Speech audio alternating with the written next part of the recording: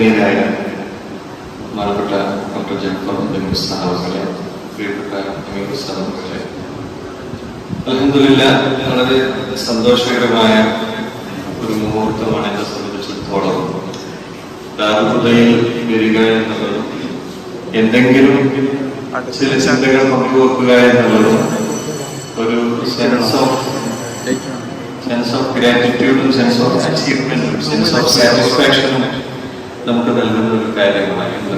അതിന് അവസരം തന്ന അല്ലാഹുവിനെ ആദ്യമായി ശ്രദ്ധിക്കുന്നതോടൊപ്പം നമ്മുടെ ഡിപ്പാർട്ട്മെന്റിന്റെ ഉസ്താദുമാർക്കും വിദ്യാർത്ഥികളോടും ജസാക്കുമുല്ലാഹു അഹ്സനൽ ജസാ. ഈ വീഡിയോ കണ്ടിട്ട് നമുക്ക് എന്ത് മനസ്സിലാക്കാം? എന്താണ് ബ്രെയിൻഷിപ്പ് എന്ന് പറഞ്ഞാൽ? നമ്മൾ ചിന്തിച്ചാൽ മതി അത് വർക്ക് ചെയ്യുന്നത്. ഫസ്റ്റ് ന്യൂറാലിങ്ക് എന്ന് പറയുന്ന ഒരു സ്റ്റാർട്ടപ്പ് കമ്പനി, ആരെ കമ്പനി എന്ന് പറയുന്നത്? ഇലോൺ മസ്കിന്റെ കമ്പനി. അദ്ദേഹത്തിന്റെ എല്ലാ കാര്യങ്ങളും ഔട്ട് ഓഫ് ദ ബോക്സ് ആണ്. ചിന്തകളെല്ലാം ഭൂമിക്ക് പുറത്തുള്ള ആവാസ വ്യവസ്ഥകളെ കുറിച്ചാണ് അദ്ദേഹം ചർച്ച ചെയ്തുകൊണ്ടിരിക്കുന്നത്. അപ്പൊ പാരാലിസിസ് ബാധിച്ച ശരീരത്തിന്റെ ഒരു അവയവം നീക്കാൻ കഴിയാത്ത ഒരാൾക്ക് മൈൻഡിൽ ചിന്തിക്കാം. ചെസ് കളിക്കുമ്പോ കിങ് റൈറ്റ് സൈഡിലേക്ക് മൂവ് ചെയ്യണമെന്ന് ചിന്തിക്കുമ്പോ അത് മൂവ് ചെയ്യണം. അതാണ് ബ്രെയിൻ ചിപ്പിന്റെ ഒരു ചുരുക്കം. അപ്പൊ അതൊരു മെഡിക്കൽ പേർപ്പസിന് വേണ്ടിയിട്ട് എന്ന് പറയുമ്പോൾ എല്ലാവരും അത് ഉൾക്കൊള്ളും. പക്ഷെ അതിന്റെ നോൺ മെഡിക്കൽ യൂസുകൾ ഒരുപാട് സംഭവിക്കാൻ പോകുന്നു അവിടെ. പക്ഷെ നമുക്ക് എന്താ പറയാനുള്ളത്? ഫിഖ്ഹിന് എന്താണ് പറയാനുള്ളത്? ഫിഖ്ഹ് എന്നുള്ളത്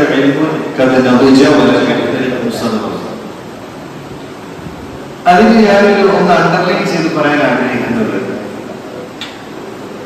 നമ്മൾ സത്യത്തിൽ ഫിഖ്ഹ് കേൾക്കുമ്പോ നമ്മളെ മനസ്സിലേക്ക് എന്താ വരിക?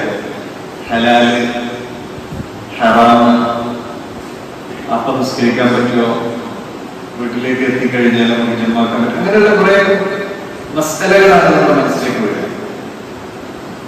അല്ലെങ്കിൽ കുറെ ഫത്വകളുമായി ബന്ധപ്പെട്ടിട്ടുള്ള കാര്യങ്ങൾ, അല്ലെങ്കിൽ എന്തെങ്കിലും ഒരു കണ്ടംപററി ഇഷ്യൂ വന്ന് അത് നമുക്ക് ഹലാലാണോ ഹറാമാണോ എന്നുള്ള ചർച്ചകളായിരിക്കും പൊതുവിൽ നമുക്ക് ഫിഖ്ഹ് എന്ന് പറയുമ്പോൾ നമ്മുടെ മനസ്സിലേക്ക് വരിക. എന്നാൽ ഫിഖ്ഹ് എന്ന് പറയുന്നത് എന്താണ്? ഫിഖ്ഹ് എന്ന് പറഞ്ഞാൽ it's the way of life. ഫിഖ്ഹ് ഈസ് ദ ലൈഫ്.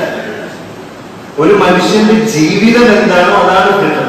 അല്ലെങ്കിൽ എങ്ങനെയാണോ ഒരു മനുഷ്യന്റെ ജീവിതം ആകേണ്ടത് അതാണ്. അങ്ങനെയാണെങ്കിൽ ഇതിൽ നമ്മൾ ഈ പറയുന്ന ഹലാലും ഹറാമും അല്ലെങ്കിൽ നമ്മളുമായി ബന്ധപ്പെട്ട ഇസ്ലാം ഒരു മതമായി കൊണ്ടു നടക്കുന്ന ആളുകളുമായി ബന്ധപ്പെട്ടവർക്ക് മാത്രം ഉപകരിക്കുന്ന ഒരു പ്രൊഡക്റ്റ് ആവാം മതിയോ ഫിഖ്ഹ്? ഫിഖ്ഹ് എന്നുള്ളത് ഒരു മുസ്ലിമിന് മാത്രം ഗുണം ചെയ്യുന്നതാണോ എന്ന് ഞാൻ പറഞ്ഞു വെച്ചിരിക്കാം. കാരണം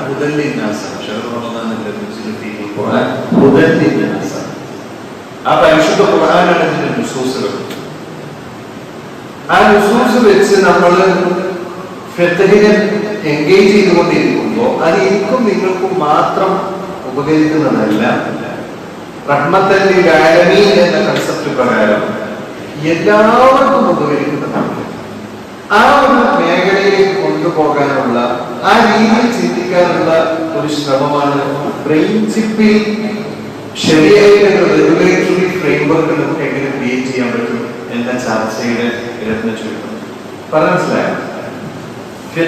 ഈ ഒരു വിഷയം കർമ്മശാസ്ത്രത്തിൽ അടിസ്ഥാനപ്പെടുത്തിക്കൊണ്ട് നമ്മൾ ഈ ബ്രെയിൻ ചിപ്പിന്റെ ഉപയോഗങ്ങളെ കുറിച്ച് പറയുമ്പോൾ അത് മുസ്ലിങ്ങൾക്ക് മാത്രമല്ല ഹ്യൂമാനിറ്റി ഇൻ ജനറൽ ഉപകരിക്കുന്ന രീതിയിൽ അവതരിപ്പിക്കാൻ ശ്രമിക്കുക എന്നുള്ളത് നമ്മളെ പോലുള്ള ഫിഖ്ഹുമായി ബന്ധപ്പെട്ട് ജീവിക്കുന്ന ആളുകളുടെ ഉത്തരവാദിത്വം.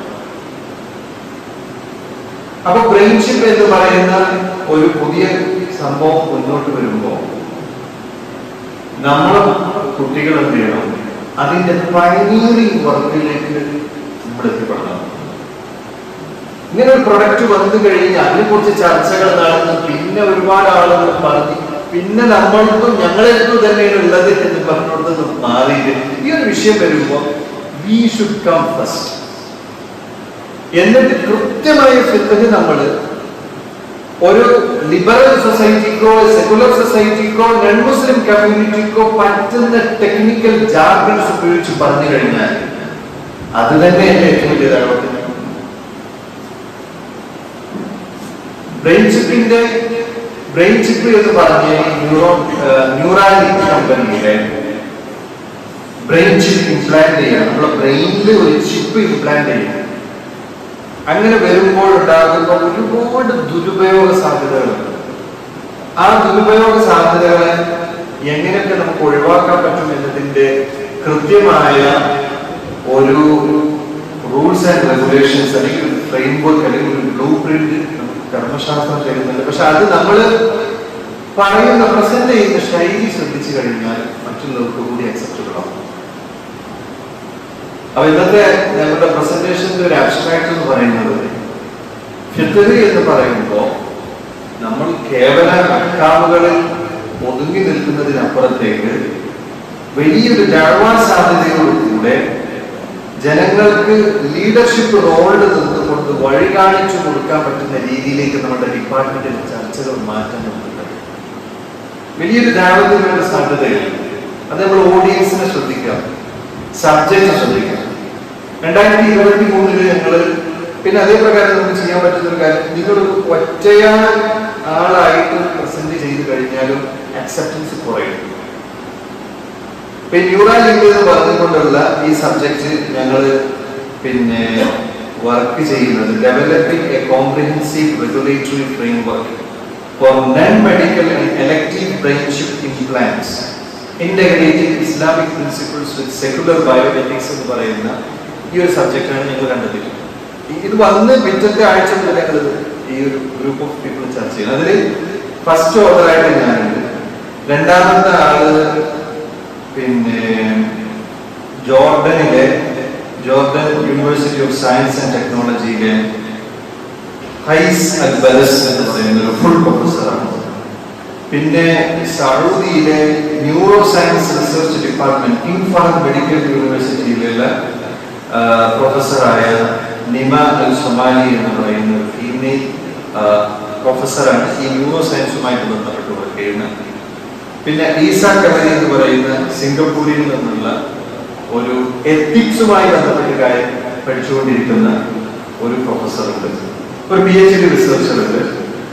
നാലാമത് അമേരിക്കയിലെ ഒരു യൂണിവേഴ്സിറ്റിയിൽ ഉള്ള നമ്മുടെ ഇസ്ലാമിക് എത്തിക്സുമായി ബന്ധപ്പെട്ടിട്ട് വർക്ക് ചെയ്തുകൊണ്ടിരിക്കുന്ന ഒരു അസിസ്റ്റന്റ് പ്രൊഫസർ ഉണ്ട്. അഞ്ചാമതായിട്ട് ഒരു അലക്സിസ് ഹെങ്ബൂജി എന്ന് പറയുന്ന യൂണിവേഴ്സിറ്റി ഓഫ് പെക്കിംഗ്, അറിയോ? യൂണിവേഴ്സിറ്റി ഓഫ് പെക്കിംഗ് എന്ന് പറയുന്നത് ചൈനയിലുള്ള ഒരു പബ്ലിക് യൂണിവേഴ്സിറ്റിയാണ്, ലീഡിംഗ് യൂണിവേഴ്സിറ്റിയാണ്. അതിൽ പിന്നെ മെഡിക്കൽ സയൻസ് ആയിട്ട് വർക്ക് ചെയ്യുന്നത്. ഇങ്ങനെ ഒരു ഗ്രൂപ്പ് ഓഫ് പീപ്പിൾ നിങ്ങളെ കൂടെ ഉണ്ടാവും, അപ്പോഴേ അക്സെപ്റ്റ് ചെയ്യും. മറ്റേ ഞാനൊരു വൺ സൈഡ് അല്ലേ കാണുള്ളൂ, എനിക്കൊരു പെർസ്പെക്റ്റീവ് ഉണ്ടാവും, നമ്മൾക്കൊക്കെ കുറെ പ്രെജുഡിസുകൾ ഉണ്ടാവും, നമുക്ക് കുറെ നമ്മളുടെ പ്രീ ഓക്യുപ്പേഷൻസ് ഉണ്ടാവും. അപ്പൊ വൺ സൈഡ് ഒരു പിന്നെ ഒരു ഫിലിമൊക്കെ ഹിറ്റാവുന്നത് എന്തുകൊണ്ടാണ്? അതിനൊരു ഡയറക്ടർ ഉണ്ടാവും, അസോസിയേറ്റ് ഉണ്ടാവും, അസിസ്റ്റന്റ് ഉണ്ടാവും, ക്യാമറ. ഒരു ഗ്രൂപ്പ് ഓഫ് പീപ്പിൾ പല രീതികളിൽ നിന്ന് വർക്ക് ചെയ്ത് നോക്കുമ്പോഴാണ് പല ആളുകൾക്കും സ്വീകാര്യമാകുന്ന രീതിയിലേക്ക് നമ്മുടെ പ്രൊഡക്റ്റ് മാറും. അല്ലെങ്കിൽ എനിക്ക് ആദ്യം ഒരു ഐഡിയ ഉണ്ട്, ആ ഐഡിയയിലേക്ക് ഞാൻ ആ വിഷയത്തെ എന്ത് ചെയ്യും, അല്ല എൻ്റെ അങ്ങനെ വ്യത്യസ്ത സ്പെഷ്യലൈസേഷനുകളുള്ള ആളുകൾ, വ്യത്യസ്ത സ്പെഷ്യലൈസേഷനുകളും മേഖലകളിലുമുള്ള ആളുകളെ കൊണ്ടുവന്ന് ആ ഒരു വിഷയത്തെ കുറിച്ച് നമ്മൾ പഠിക്കാൻ ശ്രമിക്കുമ്പോൾ അതിന് അക്സെപ്റ്റൻസ് ഉണ്ട്. അങ്ങനെ നമ്മൾ ചെയ്യാനുള്ള ശ്രമങ്ങൾ ഉണ്ടാക്കണം. അതിൽ നമ്മൾ നെറ്റ്വർക്കുകൾ, അതിനൊക്കെ സൗകര്യങ്ങളുണ്ടല്ലോ. നമുക്കൊരു വിഷയം പഠിക്കണമെങ്കിൽ ആ വിഷയത്തിലെ ലീഡിംഗ് വർക്കുകൾ, ഏറ്റവും കൂടുതൽ ആളുകൾ സൈറ്റ് ചെയ്തിട്ടുള്ള വർക്കുകൾ ഈസി ആയിട്ട് ഗൂഗിൾ സ്കോളറിൽ അവരോട് നമ്മൾ കോണ്ടാക്ട് ചെയ്യാന്നുള്ളത്. അതിനൊരു ദൈവത്തിന്റെ സാധ്യത ഉണ്ടെന്ന് പറയുമ്പോൾ 2021 ഞങ്ങൾ ഇങ്ങനെ കുറച്ച് ആളുകൾ കൂടി ചെയ്തൊരു വർക്ക് ട്രാൻസ്ജെൻഡർ ഇന്റർസെക്സ് വിഷയവുമായി ബന്ധപ്പെട്ടിട്ടുണ്ട്. ഒരു ടോപ്പിക്കാണ്. ഒരുപാട് ചർച്ചകൾ നടന്ന ടോപ്പിക്കാണ്. വളരെ പയനീറിംഗ് ടോപ്പിക് അല്ലെങ്കിലും ചർച്ചകൾ നടന്ന ടോപ്പിക്. അപ്പൊ അതിൽ നമ്മളെ പൊസിഷൻ എന്താണ് എന്നുള്ളത് ഞാൻ നിങ്ങളോട് പറഞ്ഞിട്ടുള്ള കാര്യമില്ല. നമ്മള് ഫിഖ്ഹും ഫുഖഹാവും ശരിയായിട്ടും എന്ത് പറയുന്നു എന്നുള്ളത് ഈ വിഷയത്തെ നമ്മൾ പറഞ്ഞുകൊണ്ടിരിക്കുന്നതിനോട് നേരെ ഓപ്പോസിറ്റ് മേഖലകളിൽ നിന്ന് പഠിച്ച് പ്രബന്ധങ്ങൾ അവതരിപ്പിക്കുന്ന ജേണലുകളിലേക്ക് നമ്മൾ അങ്ങോട്ട് പോയി നമ്മൾ പറയുന്ന വിഷയം വളരെ കൺവിൻസിംഗ് ആയിട്ട് അവതരിപ്പിക്കാൻ ശ്രമിക്കാറുണ്ട്. അപ്പൊ ഈ ഒരു ആർട്ടിക്കിൾ നമ്മൾ പബ്ലിഷ് ചെയ്ത ആർക്കൈവ്സ് ഓഫ് സെക്ഷൽ ബിഹേവിയർ എന്ന് പറഞ്ഞിട്ടുള്ള UK നിന്നുള്ള സ്കോപ്പസ് ജേണലാണ്. വളരെ അക്ലൈംഡ് ആയിട്ടുള്ള ജേണൽ. അത് നമ്മൾ പറഞ്ഞ പോലെ പെട്ടെന്ന് ഇത് മനസ്സിനാണ് രോഗം, അതുകൊണ്ട് അവർക്ക് സെക്സ് റീഅസൈൻമെന്റ് സർജറി നടത്താം, SRS എന്ന് പറയും. ഈ ഒരു ജെൻഡർ മാറ്റുന്ന സർജറി. അത് നമ്മൾ പറയാൻ ഒരു മാനസിക രോഗമാണ്, അത് മനസ്സിനാണ് ശ്രദ്ധിക്കേണ്ടത് പറഞ്ഞു കഴിഞ്ഞാൽ അക്സെപ്റ്റ് ചെയ്യില്ല. കാരണം ഇത് റിവ്യൂവേഴ്സിലേക്ക് പോകുമല്ലോ. ഈ റിവ്യൂവേഴ്സ് പലപ്പോഴും ചിലപ്പോൾ ഈ ട്രാൻസ്ജെൻഡറും ഇന്റർസെക്സും സെക്സ് റീഅസൈൻമെന്റ് സർജറി ഒക്കെ സപ്പോർട്ട് ചെയ്യുന്ന ആളാണ്. അവരുടെ അടുത്തേക്ക് വരുമ്പോൾ അവർ ചാലഞ്ച് ചെയ്യും. ഇത് ശരിയല്ല, ഇത് പ്രൂവ്ഡ് അല്ല, ഇത് സയന്റിഫിക് അല്ല, ഇത് ലോജിക്കൽ ആയിട്ടല്ല നിങ്ങൾ പറയുന്നത് പറയുമ്പോൾ അവിടെ നമ്മൾ മസ്തിക്കും നമ്മുടെ കഴിവുകൾ ഉപയോഗപ്പെടുത്തി അവർ ഉപയോഗിക്കുന്ന അതേ ടെർമിനോളജിയും റിസർച്ച് മെത്തേഡുകൾ ഉപയോഗിച്ച് നമ്മൾ അതിനെ ചാലഞ്ച് ചെയ്തുകൊണ്ട് നമ്മൾ അവതരിപ്പിക്കുമ്പോൾ സത്യത്തിൽ പറഞ്ഞാൽ അതല്ലേ. അപ്പൊ ഫിഖ് എന്ന് പറയുമ്പോൾ ഒരു ഹ്യൂമാനിറ്റിക്ക് ഇൻ ജനറൽ സോഷ്യൽ വെൽബീയിങ്ങിനുള്ള ഒരു ഫ്രെയിംവർക്ക് ആയിട്ട് നമുക്ക് അവതരിപ്പിക്കാൻ കഴിയുന്നതാണ് നമ്മൾ അവിടെ ലീഡർഷിപ്പ് റോൾ നമ്മൾ കഴിയും. ആ രീതിയിലേക്ക് നിങ്ങളുടെ ടോപ്പിക് സെലക്ഷനോടും കാര്യങ്ങളൊക്കെ വേണം. അപ്പൊ ഈ ബ്രെയിൻ ചിപ്പുമായി ബന്ധപ്പെട്ട് നമ്മൾ ചർച്ച ചെയ്യുമ്പോൾ ഇപ്പൊ ഞാൻ നേരത്തെ പറഞ്ഞ പോലെ ഒരു പാരലൈസ്ഡ് ആയ ഹ്യൂമൻ പേഷ്യന്റിൽ ന്യൂറാലിക് സ്റ്റാർട്ടപ്പ് കമ്പനി ഓൾറെഡി പരീക്ഷിച്ച് ആ ആള് സംസാരിക്കുന്നത് നമുക്ക് കണ്ടല്ലോ. അദ്ദേഹം ചിന്തിക്കുന്നത് അവിടെ വർക്ക് ചെയ്തുകൊണ്ട് ഇപ്പൊ എനിക്ക് ഫോൺ ചെയ്യണമെന്നുണ്ടെങ്കിൽ ഞാൻ അദ്ദേഹത്തിന്റെ പേര് ആലോചിച്ച് കഴിഞ്ഞാൽ മതി നടക്കും. ഇങ്ങനെ നടക്കുമ്പോൾ ആ ഒരു മെഡിക്കൽ പർപ്പസിന് വേണ്ടിയിട്ടുള്ള ഒരു ഉപയോഗമാണ് നടക്കുന്നത്. പക്ഷേ ഇത് മെഡിക്കൽ ഉപയോഗത്തിലേക്ക് അപ്പുറത്തേക്ക് ഇതിനെ പല രീതികളിലും ഉപയോഗിക്കാൻ പറ്റും. ഉദാഹരണം, ഈ 12 വർഷം പഠിക്കുന്ന ഒരു മൊഡ്യൂളുകൾ ചിപ്പിലിട്ട് വെച്ചെടുത്താൽ മതി. നമുക്കൊന്നും നോക്കേണ്ടതാണ്. പരിശുദ്ധ ഖുർആൻ 30 ജുസും 3 വർഷവും 4 വർഷവും ഒന്നും മെനക്കെടണ്ട. ആ ചിപ്പ് അതിൽ ഇംപ്ലാന്റ് ചെയ്തുകൊണ്ട് ഇവിടെ വരുന്നത്. ആ വിഷയത്തിൽ ഈ സ്റ്റാർട്ടപ്പ് കമ്പനി തുടങ്ങിയ ഉടനെ ഞങ്ങൾ 3 പേരും കൂടെ കൂടിയിരുന്ന് കോമ്പറ്റിറ്റീവ് എക്സാമുകൾ, ഇപ്പൊ നമ്മുടെ നീറ്റ് എക്സാം ഒക്കെ വളരെ വിഷയമായിരുന്നു. അത് കോപ്പി അടിച്ചിട്ടുണ്ട്, അല്ലെങ്കിൽ ലീക്കായിട്ടുള്ളതാണ്. അതല്ലെങ്കിൽ നീറ്റിന്റെ മുഴുവൻ ക്വസ്റ്റ്യൻസും ആൻസേഴ്സും അതിന്റെ മെറ്റീരിയലുകളും ഒക്കെ ചിപ്പിട്ട ഒരാൾക്കും ഇവിടെ വന്നിട്ട് എക്സാമിൽ പങ്കെടുക്കാൻ പറ്റുമോ ഇല്ല. ഇന്ത്യയിൽ മാത്രമല്ല, ചൈനയിലുണ്ട്, ജപ്പാനിലുണ്ട്, ഓരോ രാജ്യത്തും ഹൈ കോമ്പറ്റീറ്റീവ് എക്സാംസ് ഉണ്ട്. ആ എക്സാംസിലേക്ക് വരുന്നവർക്ക് ന്യൂറോ ലിങ്കിന്റെ അല്ലെങ്കിൽ ബ്രെയിൻ ചിപ്പ് ഇംപ്ലാന്റ് ബാൻ ചെയ്യണമെന്ന് ആവശ്യപ്പെട്ടിട്ട് എന്ത് ചെയ്യാം, ഞങ്ങളത് ഒരു ആർട്ടിക്കിൾ ഓൾറെഡി അത് ആ വിഷയത്തിന് ഫസ്റ്റ് ആർട്ടിക്കിൾ നമ്മൾ പബ്ലിഷ് ചെയ്തിട്ടുണ്ട്. ഇങ്ങനെ നമുക്ക് പോളിസികളെ ഇൻഫ്ലുവൻസ് ചെയ്യാൻ പറ്റും. ഫിഖ്ഹാണ് ഇങ്ങനെ നമ്മളെ പോളിസികളെ നമുക്ക് ഇൻഫ്ലുവൻസ് ചെയ്യാൻ പറ്റും. ഇപ്പൊ വേറെ വിഷയം എന്ന് പറയുന്നത് ഇപ്പൊ ജനറ്റിക് ജിനോം എഡിറ്റിംഗ് അറിയില്ലേ? ജിനോം എഡിറ്റിംഗ് പറഞ്ഞ ജീൻ മാറ്റം. ഒരു കുട്ടി ജനിക്കുന്നതിന് മുമ്പ് ആ സൈഗോട്ട് അല്ലെങ്കിൽ അത് ഹൈവാനിൽ മനവിയൽ പോയതെടുത്തിട്ട് അതിന് മാറ്റങ്ങൾ വരുന്നതോടുകൂടെ നിങ്ങളെ ഹൈറ്റ് എത്ര എന്നത് തീരുമാനിക്കാം, കണ്ണിന്റെ കളർ ഏത് വേണമെന്നുള്ളത് തീരുമാനിക്കാം, മുടി എങ്ങനെ വേണമെന്നുള്ളത് തീരുമാനിക്കാം, ഇന്റലക്ച്വൽ IQ കൂട്ടാം, കോഗ്നിറ്റീവ് പ്രോഗ്രസ് കൂട്ടാൻ പറ്റും. അത് നടന്നുകൊണ്ടിരിക്കണം. അങ്ങനെ പ്രത്യേകിച്ച് ഈ യൂജനിക്സ് എന്നൊക്കെ പറയും. യൂജനിക്സ് അറിയാം. യൂജനിക്സ് എന്ന് പറഞ്ഞു കഴിഞ്ഞാൽ ഒരു റേസിന് മാത്രം വളർത്തിക്കൊണ്ടുവരും. ഒരു കുട്ടി മതി, ആ കുട്ടിക്ക് ഫുൾ കഴിവ് കൊടുത്തുകൊണ്ട് ഇപ്പോൾ വളരെ ഡെവലപ്ഡ് ആയ പല കൺട്രികളും ഇൻഫെർട്ടിലിറ്റി എന്നുള്ള ക്രൈസിസ് അനുഭവിച്ചുകൊണ്ടിരിക്കുകയാണ്. കാരണം ഒരു കുട്ടി, ഒറ്റ കുട്ടിയുള്ളൂ, ഫെർട്ടിലിറ്റി ഇല്ല, അവർക്ക് യൂത്ത് ഇല്ല, ജനറേഷനില്ല, ആവശ്യമില്ല, ഹ്യൂമൻ റിസോഴ്സുകളില്ല. ഇങ്ങനെ വരുന്നൊരു വിഷയം ചൈനയിലൊക്കെ ഇതിനെ കുറിച്ച് പ്രോ ആയിട്ടുള്ള, ഇതിനൊക്കെ അനുകൂലമായിട്ടുള്ള ഒരു വിഷയം വന്നപ്പോൾ ഞങ്ങൾ കുറച്ച് പേര് കൂടി ഇതുമായി ബന്ധപ്പെട്ട് ഇതിൽ എന്തൊക്കെ റെഗുലേഷൻസുകൾ വെക്കാം, ഒരു ഹ്യൂമൻ വെൽബീങ്ങും ഇൻജസ്റ്റിസും ഒഴിവാക്കാനൊക്കെ വേണ്ടിയിട്ട്, ഹ്യൂമൻ വെൽബീങ് ഉറപ്പിക്കാനും ഇൻജസ്റ്റിസുകളൊക്കെ ഒഴിവാക്കാനും വേണ്ടിയിട്ട് നമുക്ക് എന്തൊക്കെ റെഗുലേഷൻസുകൾ ഉണ്ടാക്കുന്നത് ഞങ്ങൾ പബ്ലിഷ് ചെയ്തു. അത് പബ്ലിഷ് ചെയ്തത് BM ജേണൽ, ബ്രിട്ടീഷ് മെഡിക്കൽ ജേണലാണ്. മെഡിക്കൽ ജേണലുകളുടെ കൂട്ടത്തിൽ ടോപ്പ് ജേണലാണ്. ആ ജേണലിൽ ഞങ്ങൾ ആർട്ടിക്കിൾ പബ്ലിഷ് ചെയ്ത് അതിനൊരു ഇമ്പാക്ട് പറയാൻ, ഇതിനൊരു ഇമ്പാക്ട് പറയാൻ വേണ്ടി ഞാൻ വേറെ ആരെങ്കിലും കുറിച്ച് പറഞ്ഞു നമ്മളെ അനുഭവം പറയാനുള്ളതുകൊണ്ടാണ് നമ്മൾ എന്നെ തന്നെ കോട്ട് ചെയ്യണം, സെൽഫ് സൈറ്റേഷൻസ് ഇരിക്കുന്നത്.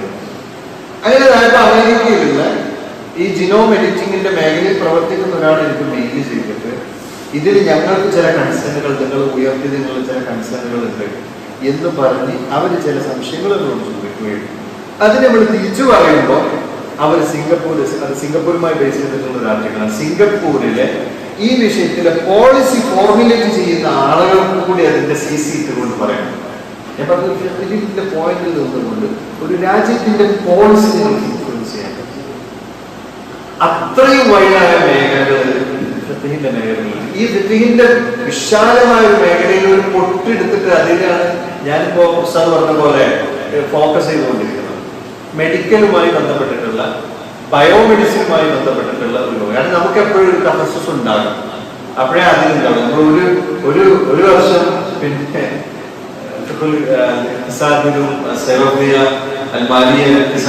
പോയി, പിന്നത്തെ വർഷം ഞങ്ങൾ ജേർണലിസത്തിലേക്ക് വന്നു. അങ്ങനെ ആകുമ്പോൾ ഒരു അക്കാഡമിക് കരിയറിൽ നമുക്കത് അത്രത്തോളം ഗുണം ചെയ്ത് നമുക്ക് അതൊക്കെ വേണം, വേണ്ടാന്നല്ല, കംപ്ലീറ്റ് അതിലേക്ക് പോകണമെന്നല്ല, പക്ഷേ നമുക്കൊരു തഹസ്സുസ് ഉണ്ടാകും. ഈ തഹസ്സുസ് നിങ്ങളുടെ വ്യക്തിപരമായി എന്ത് ടേസ്റ്റ് എടുത്തിട്ടാണെങ്കിലും അത് ഫിഖിന്റെ ഒരു മൊഡ്യൂളിലേക്ക് കൊണ്ടുവന്ന് കൃത്യമായിട്ട് പ്ലേസ് ചെയ്യുകയും അതിനെ ആ രീതിയിൽ അവതരിപ്പിച്ചുകൊണ്ട് മറ്റുള്ളവർക്ക് കൂടി ഡിമാൻഡിങ്ങായ വിഷയമായിട്ട് അവതരിപ്പിക്കാൻ പറ്റും. ഉദാഹരണം വേറെ വിഷയം, വളരെ ലേറ്റസ്റ്റ് ആയ വിഷയമാണ്. മലേഷ്യയിൽ എഗ് ഫ്രീസിംഗ് പ്രൊഹിബിറ്റഡ് ആണ്. എഗ് ഫ്രീസിംഗ് എന്ന് പറഞ്ഞാൽ എന്താണ്? എന്തൊക്കെയുണ്ട്? ഫീമെയിൽ അല്ലേ? നമ്മൾ പല സെലിബ്രിറ്റികളും നിങ്ങൾ ശ്രദ്ധിച്ചിട്ടുണ്ടോ എന്നറിയില്ല, വളരെ ഫേമസ് ആയ ഇന്ത്യയിലെ പല സെലിബ്രിറ്റികളുണ്ട്. അവർക്ക് മക്കളുണ്ടാകുന്നത് സരോഗസി, വാടക ഗർഭപാത്രം. വാടക ഗർഭപാത്രത്തിൽ എന്താണ് അവരുടെ ഓവം എടുക്കുക, ഹസ്ബൻഡിന്റെ സീമൻ എടുത്തിട്ട് അത് ഫെർട്ടിലൈസ്ഡ് ആയി കഴിയുമ്പോൾ വേറൊരാള് ഇതിലാവും. കൃത്യമായിട്ട് ജീനൊക്കെ നോക്കുമ്പോ DNA നോക്കുമ്പോ അമ്മയുടേതല്ല, അമ്മയുടേതുള്ള ഒരു ഗർഭാശയം ഒരു മക്കാൻ ആയിട്ടുള്ള ഒരു സ്ഥലത്ത് ഉള്ളത് മാത്രം ഫുൾ ക്വാളിറ്റീസും ഈ എഗ്ഗും സീമനും ആയിട്ടാണ് അവരുതായിട്ടുണ്ടാകുക. ഈ 40 yearsലൊക്കെ ഇത് കുട്ടി ഉണ്ടാവുന്നുണ്ടെങ്കിലും ഇവരെ എഗ്ഗ് എപ്പോഴാണ് 25 yearsൽ അവർ എഗ്ഗ് എടുത്ത് വെച്ചിട്ടുണ്ട്. കാരണം ഈ ഓവത്തിന്റെ ക്വാളിറ്റി മാറിക്കൊണ്ടിരിക്കും. ഏജായി പോകുമ്പോൾ അതല്ല, കുറച്ച് ലേറ്റ് ഡെലിവറി പ്രഗ്നൻസി ഒക്കെ വരുമ്പോൾ കോംപ്ലിക്കേറ്റഡ് ആണ് ഡോക്ടേഴ്സ് പറയും. 40 വയസ്സിന് ശേഷം അപ്പൊ ഇവരെന്ത് ചെയ്യും? ഇവര് സെലിബ്രിറ്റികളാണ്, അവരുടെ പ്രൊഡക്റ്റ് എന്ന് പറഞ്ഞാൽ അവരുടെ ഫിസിക്കൽ അപ്പിയറൻസ് ആണ്. അവർക്ക് അവർ പ്രഗ്നൻസിയിലേക്ക് പോയി കുട്ടികളുണ്ടായി അതിനൊരിത് വരുന്നതിന് അവർക്ക് താല്പര്യമില്ല. അപ്പൊ അവരെന്ത് ചെയ്യും? സരോഗസിയിലേക്ക് പോകും. സരോഗസിയിലേക്ക് പോകുന്നതിന്റെ കൂടെ അവരെന്ത് ചെയ്യും? എഗ്ഗ് കുറെ മുമ്പ് തന്നെ എടുത്തു വെച്ചിട്ടുണ്ടാവും. ഇത് ചെയ്യാൻ പറ്റുമോ? അതിന് സരോഗസിന്റെ പാടില്ല. പക്ഷെ ഇവരൊരു ചോദ്യം, ഓൺകോ ഫെർട്ടിലിറ്റി എന്ന് പറഞ്ഞ സംഭവം. ഓൺകോളജി എന്ന് പറഞ്ഞാൽ ഏത് ഡിപ്പാർട്ട്മെന്റാണ്? ഓൺകോളജി ക്യാൻസർ ട്രീറ്റ്മെന്റ് ആണ്. ഓൺകോ ഫെർട്ടിലിറ്റി എന്ന് പറഞ്ഞു കഴിഞ്ഞാൽ ക്യാൻസർ പേഷ്യന്റ് കീമോ ചെയ്ത് കഴിഞ്ഞാൽ അല്ലെങ്കിൽ അതിന്റെ റേഡിയേഷനും അതിന്റെ ഒരു സ്ട്രോങ് ട്രീറ്റ്മെന്റിലേക്ക് പോയി കഴിഞ്ഞാൽ പിന്നെ അവർക്ക് എന്തുണ്ടാവില്ല? ഫെർട്ടിലിറ്റി ഉണ്ടാവില്ല. അങ്ങനത്തെ ഒരു സാഹചര്യത്തിൽ കീമോ ചെയ്യുന്നതിന് മുമ്പ് ഇയാളുടെ സീമൻ എടുത്തു വെച്ച് ഫ്രീസ് ചെയ്ത് കഴിഞ്ഞ് ട്രീറ്റ്മെന്റിന് ശേഷം ഒരു കുട്ടി ഒരു നെസിൽ എഴുതുമ്പോൾ നെസിൽ എന്നുള്ളത് ഒരു മക്സദാണ്. അപ്പൊ ഇത് ഉപയോഗിക്കാൻ പറ്റുമോ എന്നുള്ളത്. അപ്പൊ അവിടെ മസലകൾ വരും. അക്കതുൽ നിക്കാഹിന്റെ സമയത്തല്ലല്ലോ ഈ പിന്നെ ഇൻവിട്രോ ഫെർട്ടിലൈസേഷൻ എന്ന് പറയുന്ന ടെസ്റ്റ് ട്യൂബ് ബേബിയിലേക്ക് പോവാണെങ്കിൽ പോലും അത് പ്രൊഡ്യൂസ് ചെയ്ത സമയം ഇവർ തമ്മിലുള്ള കല്യാണം നടന്നതിന് ശേഷമല്ലേ. അപ്പൊ ഇവിടെ ഈ ഒരു ഓൺകോ ഫെർട്ടിലിറ്റിയുടെ ഭാഗമായിട്ട് ഇയാളുടെ ഒരു ക്യാൻസർ പേഷ്യന്റ് എന്നുള്ളത് ഒരു മെഡിക്കൽ നെസസിറ്റി ആയിട്ട് എടുത്ത് അത് അവർക്ക് അനുവദിക്കാൻ പറ്റും എന്നുള്ള ചർച്ച. ഈ രീതിയിലുള്ള ചർച്ചകൾ ഒരുപാടുണ്ട്. അവിടൊക്കെ നമുക്ക് ഈ ഒരു മെഡിക്കൽ ഫീൽഡിൽ എന്ന് ഞാൻ പറയുന്നുണ്ടെങ്കിലും ഇത് ഏറെക്കുറെ എല്ലാ മേഖലകളിലും ഈ രീതിയിലുള്ള ചർച്ചകൾ ഉണ്ടാവും. അവിടെ അത് ഒരു ശരിയായ പെർസ്പെക്റ്റീവിൽ നിന്ന് അവതരിപ്പിക്കുക എന്നുള്ളതിന് ടെക്നിക്കൽ ഡിപ്പാർട്ട്മെന്റ് ഉണ്ട്. അപ്പൊ നമ്മൾ ഈ ഒരു ചർച്ച പിന്നെ വരുമ്പോ തന്നെ ഒക്കെ പ്രിൻസിപ്പ് അത് എന്നുള്ളത് പിന്നെ തകീറുകൾക്കില്ല. ഒരുപാട് പിന്നെ ഈ മെഡിക്കലുമായി ബന്ധപ്പെട്ടിട്ടുള്ള അല്ലെങ്കിൽ ബയോടെക്നോളജിയുമായി ബന്ധപ്പെട്ടുള്ള ഡിസ്കഷൻ വരുമ്പോൾ പെട്ടെന്ന് വരുന്ന ഒരു ടോപ്പിക് എന്നാണ് അത് തകീറുകൾക്കില്ല. അപ്പൊ തകീറുകൾക്കില്ല എന്നുള്ളത് ഇതിന് മാത്രമല്ലല്ലോ. ഉദാഹരണത്തിന് ഇപ്പൊ ഒരു ഹാർട്ട് പേഷ്യന്റിന് പേസ് മേക്കർ കൊടുക്കും, അപ്പൊ തകീറുകൾക്കില്ലാവും. അല്ലെങ്കിൽ പല രീതികളിലുള്ള പുതിയ പല കണ്ടെത്തലുകളും വരുമ്പോൾ അതിനൊക്കെ നമ്മൾ മെഡിക്കൽ കാര്യങ്ങൾ ഉപയോഗിക്കുമ്പോൾ അത് തെളിയില്ല എന്ന് പറഞ്ഞ് നമ്മൾ അതിൽ നിന്ന് ആ ഡിസ്കഷനിൽ നിന്ന് മാറി നിന്ന് കഴിഞ്ഞാൽ നമ്മുടെ ഉമ്മ, മുസ്ലിം ഉമ്മ എന്നുള്ളത് ഈ ടെക്നോളജിയും ഈ കാലഘട്ടത്തിനനുസരിച്ചിട്ടുള്ള മേഖലകളുടെ ഉയർച്ചകളിൽ വളരെ പിന്നോട്ട് പോകും. എന്നാൽ നമ്മൾ ശരീരത്തിൽ സയൻസ് ആൻഡ് ടെക്നോളജിയെ സപ്പോർട്ട് ചെയ്യുന്നുണ്ടോ? എന്താ ഉണ്ട് അല്ലേ? സയൻസ് ആൻഡ് ടെക്നോളജി സപ്പോർട്ട് ചെയ്യുന്നുണ്ടെന്നുള്ള കാര്യത്തിൽ ഒരു ഡൗട്ടും ഇല്ല. കാരണം ഏത് പുതിയ കാര്യങ്ങൾ വരുമ്പോഴും അതിനെ ഒരു തുറന്ന പുസ്തകം പോലെ തുറന്ന മനസ്സോടുകൂടെ നമ്മൾ സ്വീകരിക്കാൻ ചെയ്യുന്നത്. അപ്പോ ബ്രെയിൻ ചിപ്പ് എന്നുള്ള ഒരു ഡിസ്കഷന്റെ ചർച്ച തുടങ്ങുമ്പോൾ തന്നെ അൽ അസ്ലു കുല്ലി ഷൈഇൻ അൽ ഇബാഹ, എല്ലാം ഹലാലാണ്. ഹത്താ യുജ്ദ മിൻ ശറഇ ദലീലുൻ യുഖ്രിജുകും മിൻഹ, ശരീഅത്തിൽ നിന്ന് ഒരു ഇന്നത് പ്രൊഹിബിറ്റഡ് ആണ് എന്ന് പറഞ്ഞപ്പോൾ ഒരു വലിയ ഷോപ്പിംഗ് മാളിൽ പോയാൽ എല്ലാം അവിടെ നമുക്ക് പറ്റിയതാണ് അല്ലെങ്കിൽ ഒരു ഓപ്ഷൻ ഉണ്ടാവും ചില നൻ ഹലാൽ പ്രൊഡക്ട്സ് എന്നതുപോലെ ഏറെക്കുറെ എല്ലാ കണ്ടെത്തലുകളും നമുക്ക് എന്ത് ചെയ്യാൻ പറ്റും, സ്വീകരിക്കുവാനും അതിൽ ഉൾക്കൊള്ളാനും. പക്ഷേ അതിന് ഡൂസും ഡോൺസും നമ്മൾ പറഞ്ഞു കൊടുക്കാമെന്നതാണ് ഒരു റിട്ടേൺ ഡിപ്പാർട്ട്മെന്റിന്റെ മേഖലകളിൽ നിന്നൊരു ആർട്ടിക്കിൾ അല്ലെങ്കിൽ ഒരു ചർച്ച പോകുമ്പോൾ നമുക്ക് വേണ്ടത്. അപ്പൊ മോഡേൺ ടെക്നോളജി എന്നുള്ളത് പിന്നെ നമ്മൾ ഇസ്ലാമിനെ സംബന്ധിച്ചിടത്തോളം അത് ഓപ്പോസ് ചെയ്യുന്നതല്ല, അത് പിന്നെ ഇമ്മോറാലിറ്റി ഇതിലൂടെ കടന്നു വരുന്നുണ്ടെങ്കിൽ മാത്രമേ അതിനെ നിഷേധിക്കുകയോ ഓപ്പോസ് ചെയ്യുകയോ ചെയ്യുന്നു. വേറെ വിഷയം, ഇപ്പൊ ഇതിന്റെ മുമ്പ് ഞങ്ങൾ അതിന്റെ ഒരു റിസർച്ച് ചെയ്തു.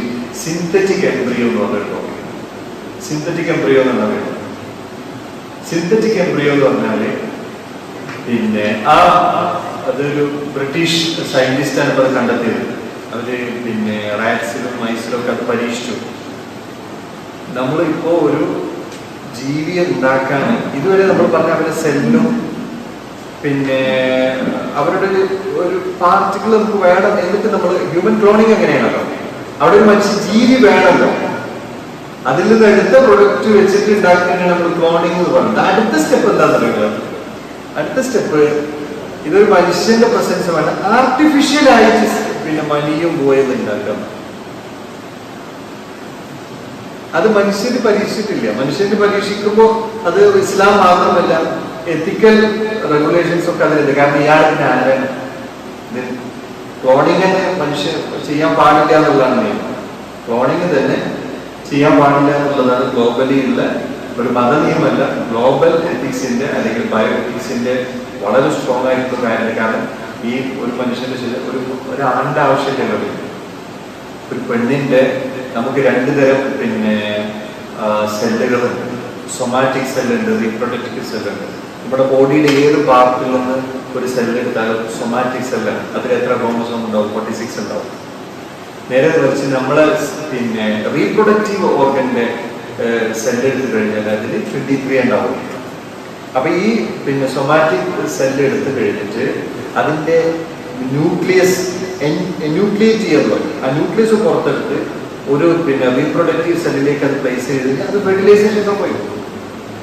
അവർ വേറെ ആൾക്ക് വേണ്ട ഒരു പെണ്ണിന് സ്വന്തം ശരീരത്തിൽ നിന്ന് തന്നെ ഒരു പുരുഷന്റെ ആവശ്യമില്ലാതെ കുട്ടിനുണ്ടാക്കാൻ പറ്റും.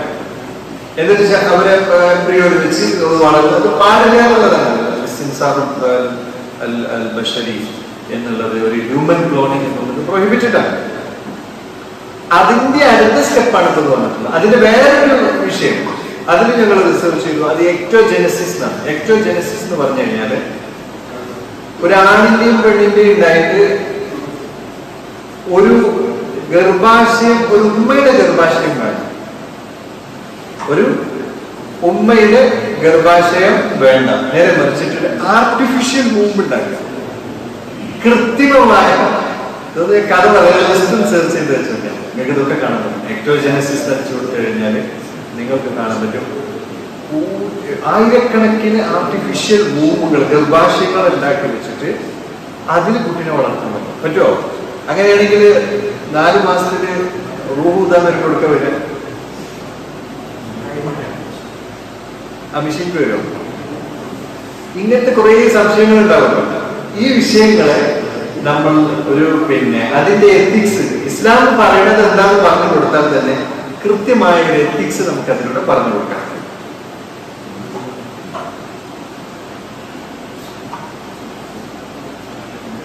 ഇതിലിപ്പോ പൊതുവിൽ നമ്മള് ഖുർആൻ, സുന്നത്ത്, പിന്നെ നമ്മൾ പൊതുവിൽ ഇതിനെ കൊണ്ടുവരുന്ന നമ്മുടെ മഹാന്മാരുടെ അതുമായി അത് ഒന്നുകിൽ അതേപോലത്തെ മസലകൾ പറഞ്ഞിട്ടുണ്ടാവും, അല്ലെങ്കിൽ അതുമായി മുതശാബിഹായ മസലകൾ പറഞ്ഞിട്ടുണ്ടാവും, അല്ലെങ്കിൽ അതിന്റെ ഒരു ജനറൽ ഖവാഇദ് ആമ വെച്ചിട്ട് നമ്മൾ നോക്കും. അങ്ങനെയാണല്ലോ ഇമാം ഹറമൈനി തങ്ങളൊക്കെ പറഞ്ഞിട്ടുള്ള ആ ഒരു പിന്നെ ഗവേഷണത്തിന്റെ ശൈലി. ഇതിൽ പൊതുവിൽ പിന്നെ നമ്മൾ ചർച്ച ചെയ്യുന്ന ഒരു കാര്യമുണ്ട്. നമ്മുടെ ഖസ്ദാണ് ഒരു ഇങ്ങനത്തെ ഒരു കട്ടപ്പുറം ടോപ്പിക് വരുമ്പോൾ അതിൽ യെസ് ഓർ നോ അല്ലെങ്കിൽ ബ്ലാക്ക് ആൻഡ് വൈറ്റ് ആൻസർ പറ്റുമോ പറ്റില്ല എന്ന് പറയുന്നതിന് മുമ്പ് അതിലുള്ള എത്തിക്കൽ ഇഷ്യൂസ് എങ്ങനെയൊക്കെയാണെന്ന് ചർച്ച ചെയ്യാൻ പറ്റിയ ഒരു നല്ല മാർഗമാണ് ഖവാഇദുൽ ഫിഖ്ഹിയ്യ, അല്ലെ? ഇസ്ലാമിക് ലീഗൽ മാക്സിംസ് എന്ന് പറയുന്ന ഖവാഇദുൽ ഫിഖ്ഹിയ്യ ഒരു ഭാഗം, ഖവാഇദ് റൂളുകളാണ്. അതിന്റെ ഡെസ്റ്റിനേഷനാണ് ഇത് മഖാസിദുൽ ശരിയ. ഈ രണ്ട് പിന്നെ ഫ്രെയിംവർക്കിലൂടെയും ഈ വിഷയത്തെ ഒന്ന് നോക്കാൻ നമ്മൾ ശ്രമിച്ചാൽ തന്നെ അതിന്റെ ഒരു ഇസ്ലാമിക് ബയോ എത്തിക്സ് പെർസ്പെക്റ്റീവ് നമുക്ക് വളരെ നല്ല രീതിയിൽ പറഞ്ഞെടുക്കാൻ പറ്റും. എന്ന് മാത്രമല്ല അത് നമുക്ക് മാത്രമല്ല ഒരു സെൻസിബിൾ ആയിട്ട് തോന്നാം, മറ്റുള്ളവർക്കും സെൻസിബിൾ ആയിട്ട് തോന്നാം. മനസ്സിലായി? അപ്പൊ ഈ ബ്രെയിൻ ചിപ്പിന്റെ ഈ ചർച്ച നമ്മൾ തുടങ്ങുമ്പോൾ ഖസ്ദ് എന്നുള്ളത് വലിയൊരു വിഷയമാണ്. ഇപ്പോ രണ്ട് ഇൻവെൻഷനുകളെ നമുക്ക് ബ്രെയിൻ ചിപ്പ് നൺ മെഡിക്കൽ, അവിടെ വളരെ ശ്രദ്ധിക്കണം. ബ്രെയിൻ ചിപ്പ് മെഡിക്കൽ കാര്യങ്ങൾക്ക് ഉപയോഗിക്കാൻ പറ്റും എന്നുള്ളത് പൊതുവിൽ തദാവി എന്നുള്ളത് ഒരു പിന്നെ മുഴറ്റപരമായ ഒരു കാരണമാണ്. അതൊരു ട്രീറ്റ്മെന്റ് പർപ്പസിന് വേണ്ടിയിട്ടാണെങ്കിൽ ഇപ്പൊ കോസ്മെറ്റിക് സർജറി പറ്റുമോ? പറ്റൂല. പക്ഷെ ഒരാൾക്കൊരു അയവുണ്ട്, അങ്ങനെയാണെങ്കിൽ പറ്റുമോ? എന്താ നമ്മൾ പറയാം? തദാവി അല്ലെ, ഒരു ട്രീറ്റ്മെന്റ് ആണ്, ഒരു അയവ് നീക്കാണ്, അവിടെ ഉള്ള ഒരു ഇത് നീക്കുക. ഈ മെഡിക്കൽ വിഷയങ്ങൾ ചർച്ച ചെയ്യുമ്പോൾ ഈസി ആയിട്ട് ആൻസറിലേക്ക് പോകും, അത് പറ്റുന്നതല്ലായിരിക്കും എല്ലാവരും പറയാം. പക്ഷെ നമ്മൾ പറയാൻ പോകുന്നത് നൺ മെഡിക്കൽ പർപ്പസിന് വേണ്ടി ഉപയോഗിക്കാൻ പറ്റുമെന്നുള്ളതാണ്. നൺ മെഡിക്കൽ പർപ്പസ് എന്ന് പറയുമ്പോൾ ഏതൊക്കെയാണെന്ന് പറയും. ഉദാഹരണത്തിന്